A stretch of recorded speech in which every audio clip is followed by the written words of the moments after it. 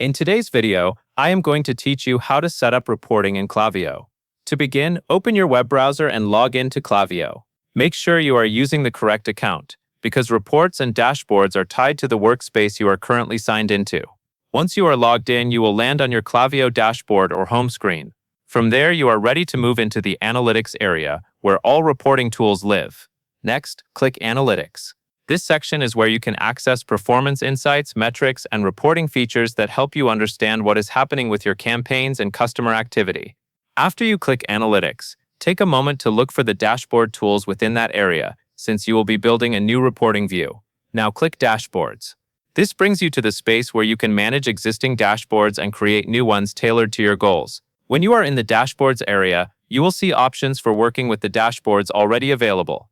In this tutorial, we will create a fresh dashboard so your reporting is organized exactly how you want. Then click Create Dashboard. At this point, Klaviyo will prompt you to name the dashboard. Enter a dashboard name that is clear and useful for your team, such as something that reflects the reporting purpose or the time period you care about. Keep it straightforward, since this name will help you quickly find the right dashboard later. Once you have entered the name, click Create to generate the new dashboard page. After the dashboard is created, the next step is to add your first reporting component. Click Add Data View. A data view is essentially a card or module that displays a specific report or metric. When you select it, you will be able to choose what information the dashboard should show. Next, select the report or metric you want to display. This is where you decide what you are actually measuring. As you choose, pay attention to the options available so you pick the one that matches your tracking needs. Once you have selected the right report or metric, you can further refine what you see by configuring the date range and any filters. Now configure the date range and filters. The date range determines the time window for the results, and filters help you narrow the data to the segments you care about. For example, if you are focusing on a campaign period or a specific audience subset, you want those settings to reflect that focus. After you confirm the date and filter choices are correct, you will be ready to add the data view to the dashboard.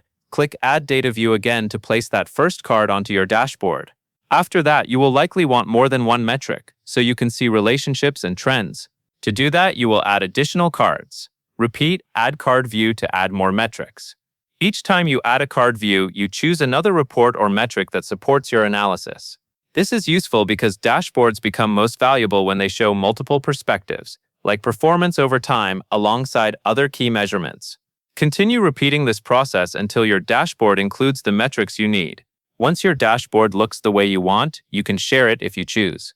Click Share, which is optional. If you share it, other people on your team can view the dashboard, which helps keep reporting consistent and saves time during reviews. If you do not need to share right now, you can simply skip this step and come back later. And that covers everything you need to know. You have set up a dashboard in Klaviyo, added data views with the correct date range and filters, repeated the card setup to include multiple metrics, and optionally shared it with your team. And that is all there is to it.